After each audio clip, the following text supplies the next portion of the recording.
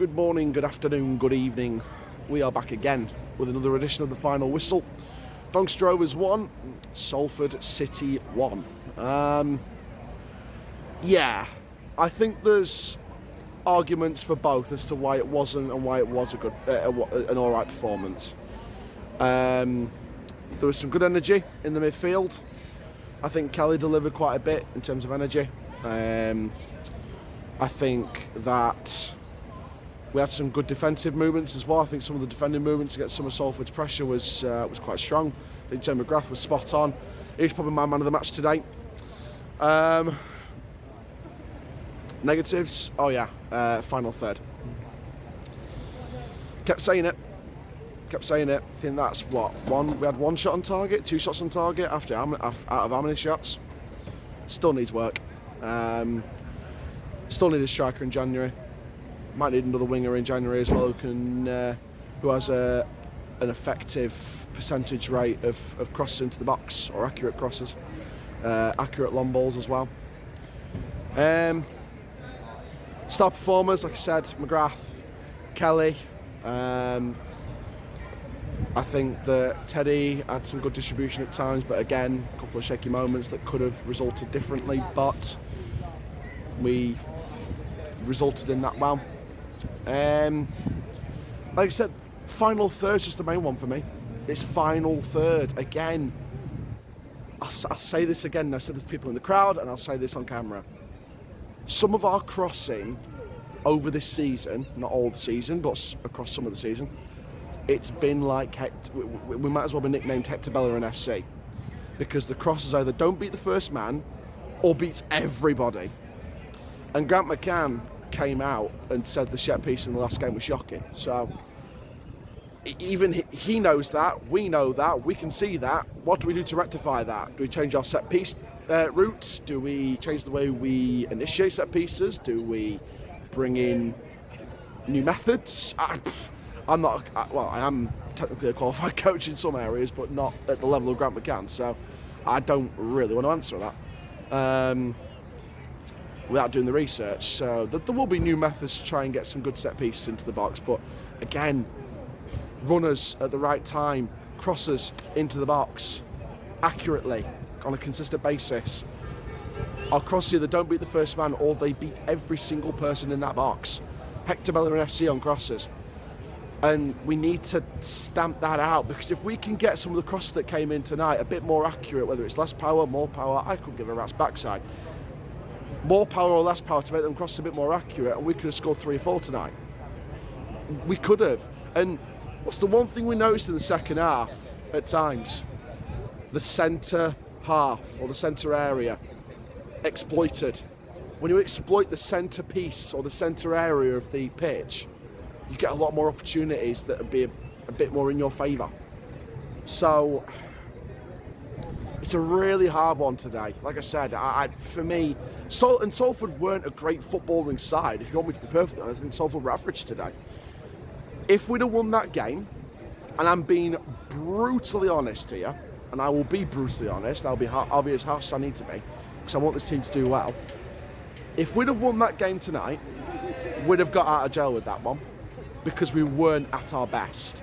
We started off well in the first half, we got control of the match, we were on top of them in terms of ball retention, we were in control, but it seemed like the best we could muster in the attack and getting chances to score is in transition on the break, which isn't our style of play usually.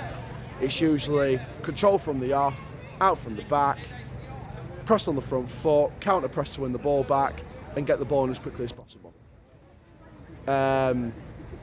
Possession with a purpose, basically.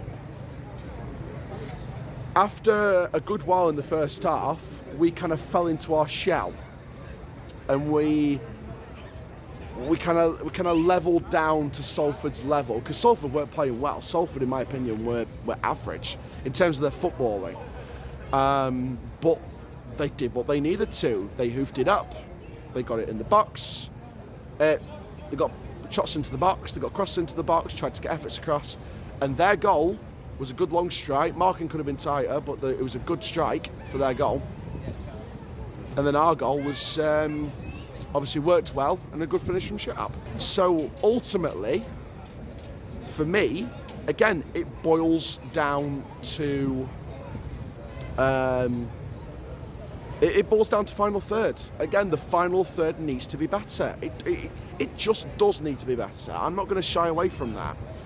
And there might be some of you commenting down below now saying, Charles, what are you saying? We've got a point.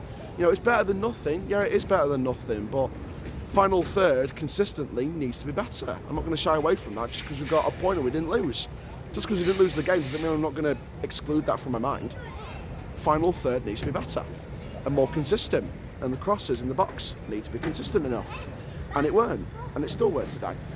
So we did well to get a point out of that at the very least, and we deserved a point at the very least, especially after the control at the start of the first half.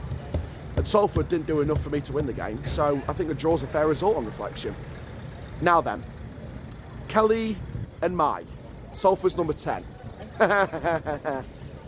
Yeah, he will not get the friendliest of welcomes from Rovers fans for now, because a couple of ragged fouls from Mai. There was the debate of whether it's a red or not. I did get a chance to watch it back.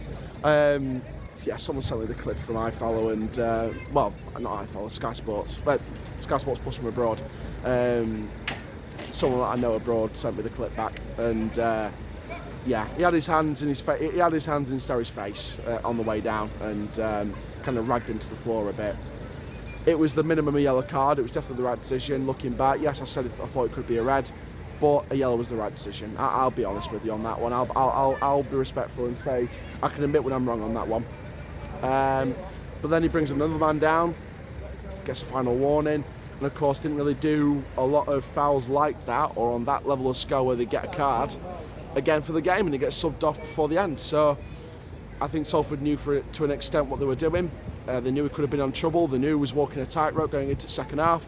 So they made the decision to bring him off towards the end of the game, which is fair enough. That's game management from Salford. You avoid a yellow, you avoid a second yellow, you avoid a red card, and you bring your man off. But Salford were nasty. They were quite physical at times. They were quite scrappy at times. It did feel quite scrappy at times, that game. But like I said, what's the main thing from our perspective? It's final third. It's the consistency in the final third.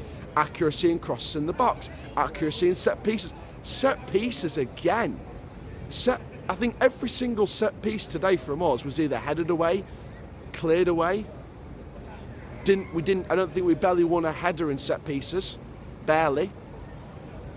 There's still things we need to work on in training going into Carlisle next week. And Carlisle are in the bottom two.